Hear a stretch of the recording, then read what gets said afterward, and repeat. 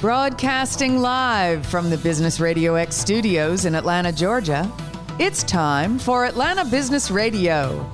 Brought to you by OnPay. Built in Atlanta, OnPay is the top-rated payroll and HR software anywhere. Get 1 month free at onpay.com. Now, here's your host. Lee Cantor here, another episode of Atlanta Business Radio, and this is going to be a good one. But before we get started, it's important to recognize our sponsor, OnPay. Without them, we could not be sharing these stories. Today on Atlanta Business Radio, we have Lauren Pearson with The Wealth Edit. Welcome, Lauren. Thank you for having me. Well, before we get too far into things, tell us about The Wealth Edit. How are you serving folks? Sure. So we launched this year on International Women's Day and then quickly went into quarantine. But our vision is to create a semi-private community for women to have a safe space to talk about wealth. To talk about wealth, and is this just educational? Is this like kind of you're giving them financial advice? Is it like, what is the kind of scope of the mission? Yeah, it is very educational. And what it also does is just to create community, because how women learn is really best from one another. So I do this for a living. I'm in private wealth and at a practice called Somerset Advisory in Birmingham, Alabama. And what I learned over my 13 years in private practice working with individuals and families is that there's a real gap where even before someone would come to someone like me, they don't have the vernacular or the confidence to actually talk about wealth or money. And so if I meet someone at a cocktail party, often they say, "Oh, I don't know anything about money." That's sort of the default position. And a lot of it is that we're in the South and we're taught that it's tacky and taboo to talk about money. But if we don't, it kind of holds us back. Yeah, I agree 100%. We just started a show just separately called Retirement Tips Radio, where we talk about the retirement kind of thought process and folks that are serving that market. And it's fascinating to me because I didn't know anything about it, but it's fascinating to learn. Just the mindset is so different between men and women. It's a very complex issue, a lot more than people think. And I think a lot of people just kind of set it and forget it and hope it works out. That's exactly right. That's what we see too. And the fact is that, not to make sweeping generalizations, but a lot of what men are driven by financially is very different than what women might be driven by financially. Women are making financial decisions all the time. They might just not be putting it in the traditional context that they see their husband interacting with their advisor or their friends, talking about money. Now, isn't it the case that a lot of financial advisors, when they're working with typically one family member, and they aren't kind of looking at the family holistically, that if something happens to that one person, the vast majority of remaining spouses and family members go to a different financial advisor. Like there's no relationship with the family. It's just whoever is the person, I guess, who makes the money. That I see that a lot. And so what we really try to do, this is, again, we're talking about our private practice and not the Wealth Edit, but speaking to everyone in the family, that includes, if your primary contact or what I say is the family CFO is the male, making sure to talk to the wife if they're married, the children. It needs to be a family experience. It typically isn't, but it is helpful when it is, because then you have that, you're able to pass wealth from one generation to the next more seamlessly. Right. And I wanted to bring that up just as foundation to show that there is a need for this community around women, because this is important context for them to have the tools and resources that they need and to learn from like-minded people so that they get kind of a 360 view of this rather than one person's skewed opinion based on one individual.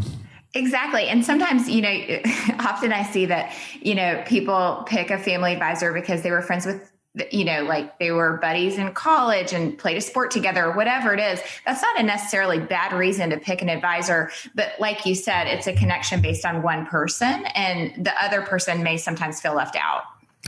So now, you mentioned that you started as the genesis of this started from your work, in your day job. How did you know that kind of going this route of building a community and a membership organization, which is a big undertaking by itself? Like, how did you start kind of getting a feel that this was going to have traction and this was something that was needed? Well, what's funny is we really didn't know. I sort of built it for my female clients because we have kind of three areas of focus in my private practice. The first is attorneys and the second is women. Obviously, there is a much larger population of women than attorneys. So the way that we kind of work through our cases privately is we really become experts in that area. So we do huge case studies on attorneys, how they make wealth. Same thing happened with women, except we realized, it's over half the population. And so once I started digging into the rabbit hole of like how deeply financial services sort of doesn't actually speak to women at all and what they care about, matching that with what I learned in my private practice over 13 years, it really became this is its own thing in and of itself. So that is, and it's my passion. I have a co-founder, her name's Emily Lassiter. It's her passion. And what's interesting is not all women's stories are alike. So if you see women, if the financial industry speaks to women at all, they typically speak in kind of the traditional terms, like you need to invest, don't spend your money on a latte, do all these things like that.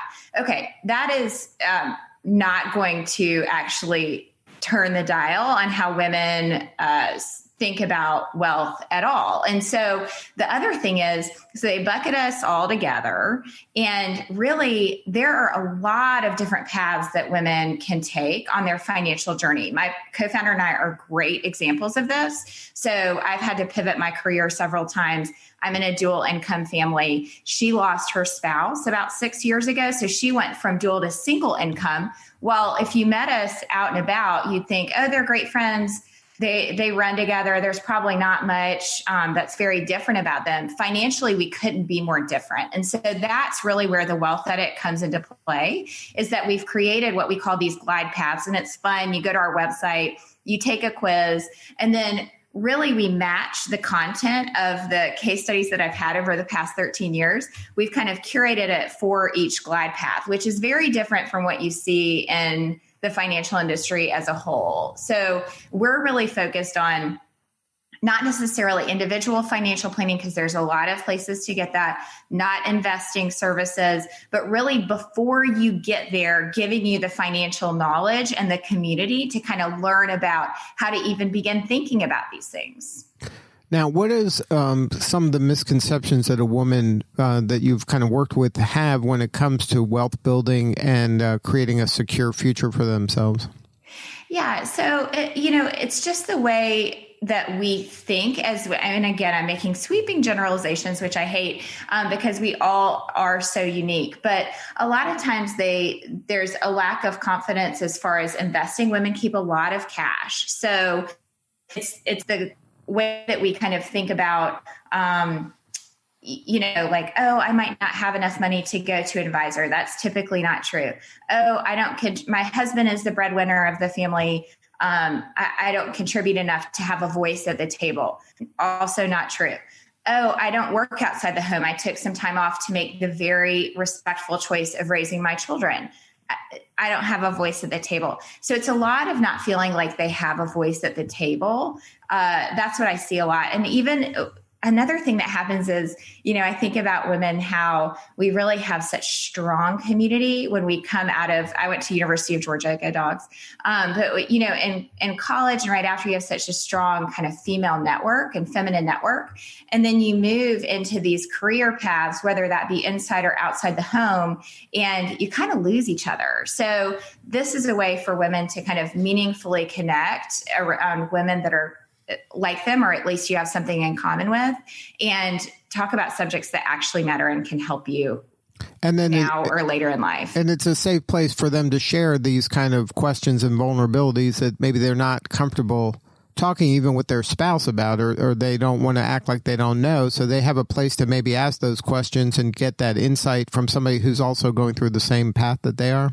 That's exactly right. Yep. And then what's neat is with anytime you're in a new group, we put our, women who apply and become members, we put them in smaller wealth pods where they really get to know a smaller group of people, which is so awesome because there's 2 to 3 minutes of awkwardness. And then after that, the magic happens and you really get to connect with these other women that start to share. And we're not asking you to share, I have this many thousands or millions in my 401k. It's more like, what percentage do you contribute? Have you thought about, setting your bank accounts up this way? Do you use QuickBooks? It's just this tiny community of women where you can actually ask them what they think, what they're doing. Of course, you have Emily and I that come in and out and, offer what advice we have from time to time. And so it's just it's become something that I thought people were going to come for the content, because even if you implement a tiny bit of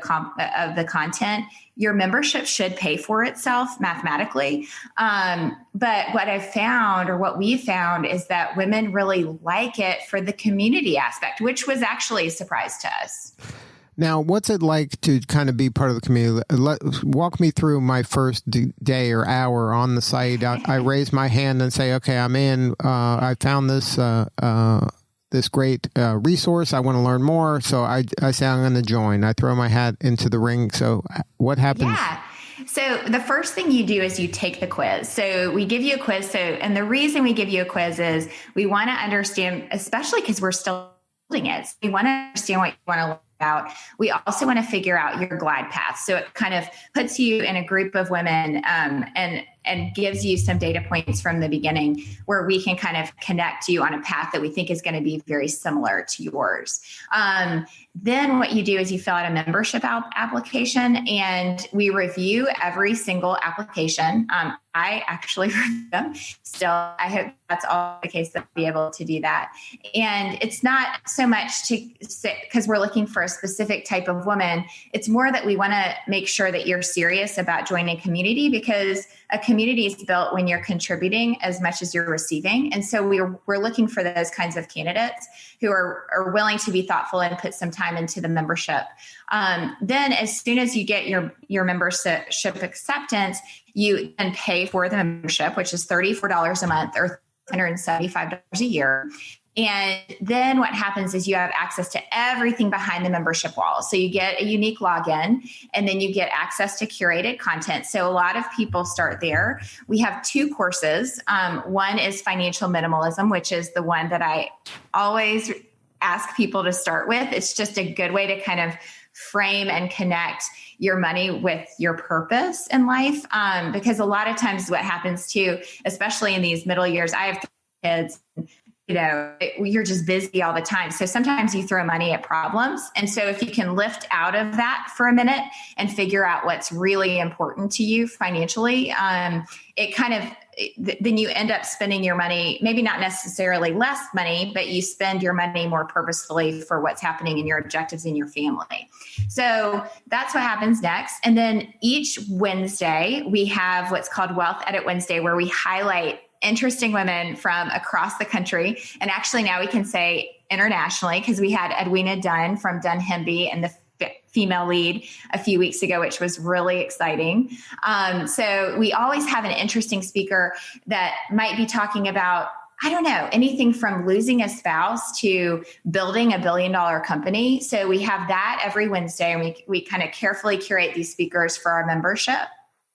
And then we also have topical, kind of more planning-based speakers and content throughout the week. So this week we have Melanie Bridgeforth from the Women's Fund in Greater Birmingham talking about really connecting philanthropy with purpose and your dollars and philanthropy with purpose. So we always have something like that going on. So there's several interactive kind of live opportunities throughout the week. And then in addition to that, in 2 to 3 weeks after you become a member, you get what's in your wealth pod, which is your smaller group. And you can opt in based on whether you're interested in entrepreneurship, or you're interested in financial minimalism, or you're trying to make a career change, or you're wondering how to manage it all when you're working inside the home. So we kind of craft these groups together. And it's just really exciting to see what happens. So that's probably your first 2 to 3 weeks in membership. And then from there, you just continue to develop on. And you can you have access to the whole community at any time. So we have, Slack channels set up in places where you can connect from the beginning if you have a specific question. Now, what for you is kind of the objective of a member? Like, what is like, do you see them following this through? This is kind of their partner as they grow financially and their community for life type thing? Or is this something that's good for just different kind of transitional periods of time? Yeah, it's really interesting that you asked that because I'm not sure that we know yet because we're so new. Of course, we'd love for women. We hope that we grow alongside our membership so that we're constantly able to add value to our membership in unique ways. So we had a group of women who are members that wanted to go through a really wonderful, famous book called Your Money or Your Life.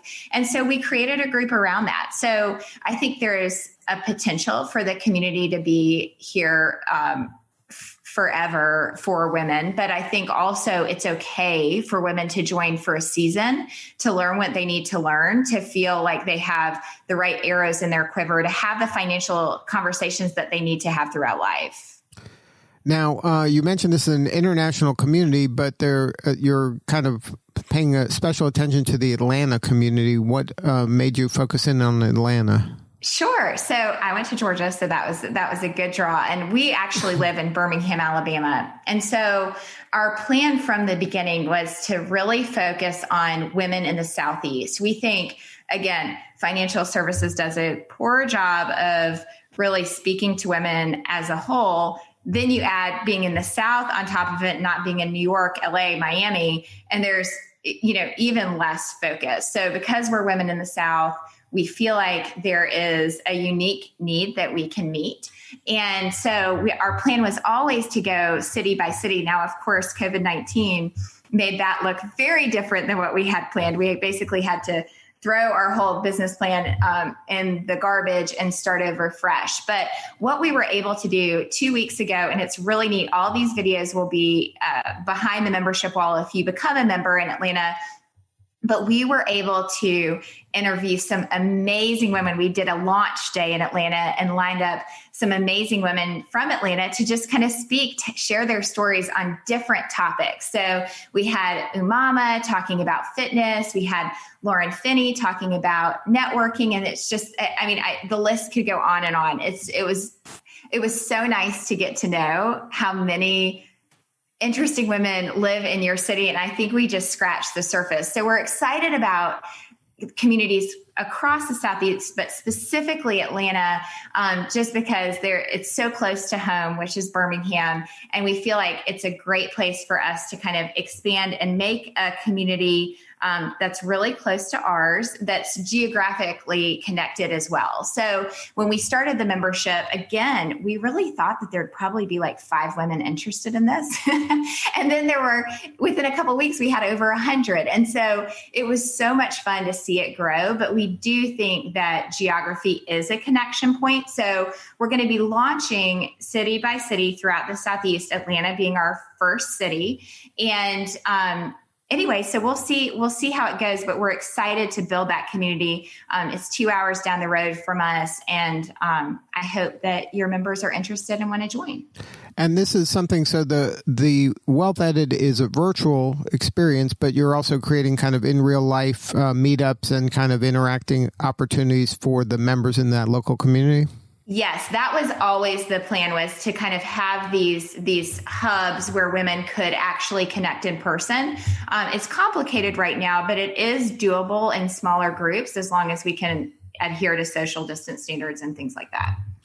So now, when you go into a market like this, and you I guess you're going out first virtually through social media, I guess, connections and through your own database. So it exceeded your expectations when you kind of did this initiative here in Atlanta? Yes, it really did. And I think the reason is, I think women get this, like they get that it's a need. They don't want to just join some random Facebook group because you don't know who's going to be in there, that you don't know how serious it is, anyway, you kind of get what you pay for in groups that are just kind of hanging out there. And so I think they wanted this kind of carefully curated, always small community that is interested in teaching them and helping them grow around the subjects of wealth. So our community is capped at 250 members for Atlanta. As far as I can see, that is going to be the case. So we will continue to kind of keep it. It's very important to Emily and I to keep it a community and to keep it small. Now, 250 might sound like, wow, that's huge. But in relationship to how many women actually live in Atlanta, it's a very, very small community that we're trying to build. And then, of course, as people leave for different reasons, maybe they have decided they feel confident hiring an advisor or feel confident starting their business, and they don't feel like they need the membership anymore for one reason or another. We'll go to a wait list and just pull whoever's next on the list into the community at that point. And this is something, the Wealth Edit isn't necessarily a place to do that kind of activity, of like wealth advising activity. It's more of a community of education in general. Like, this doesn't replace a financial advisor. This can supplement them, right? That's exactly right. We actually have a partnership. So Emily and I do this for a living through, like I said, through Somerset Advisory, but our client base is extremely small. So we deal in very complex planning and investment type of work in our private practice. But we've created a partnership with a firm called Facet Wealth, who I have known very, very well over the years. And so it's really neat because we're also trying to build sort of membership discounts for things that really will matter to the membership. So we have an alignment with Facet Wealth to kind of, if someone's ready to start a financial planning relationship, which we strongly suggest, they go to Facet, and I feel confident it'll be a great experience for them. But this is kind of working through all the, like you said, wealth is complex. Money is an element of it, but there's also kind of the emotional side of it. There's the legacy side of it. There's the, doing work that matters side of it. It's not just accumulate a big pile of money. And I think that's a misconception in wealth building.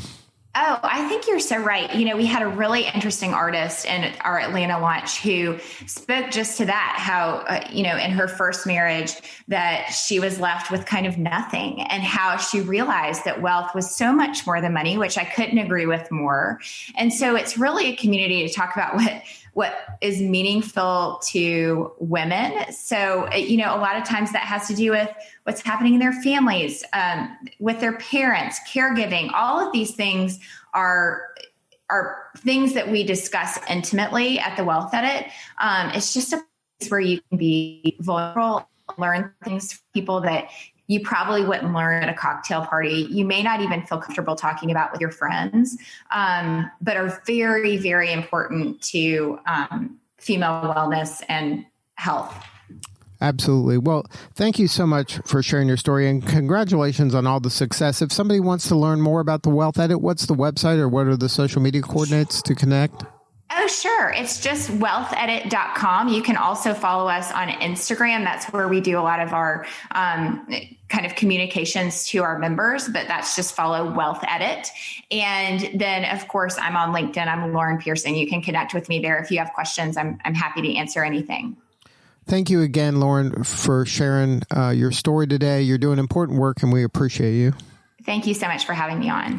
All right, this is Lee Cantor. We'll see you all next time on Atlanta Business Radio. And remember, this work would not be possible without the support of our sponsor, OnPay. Please support them so we can continue to share these important stories. Today's episode of Atlanta Business Radio is brought to you by OnPay. Built in Atlanta, OnPay is the top-rated payroll and HR software anywhere. Get 1 month free at onpay.com.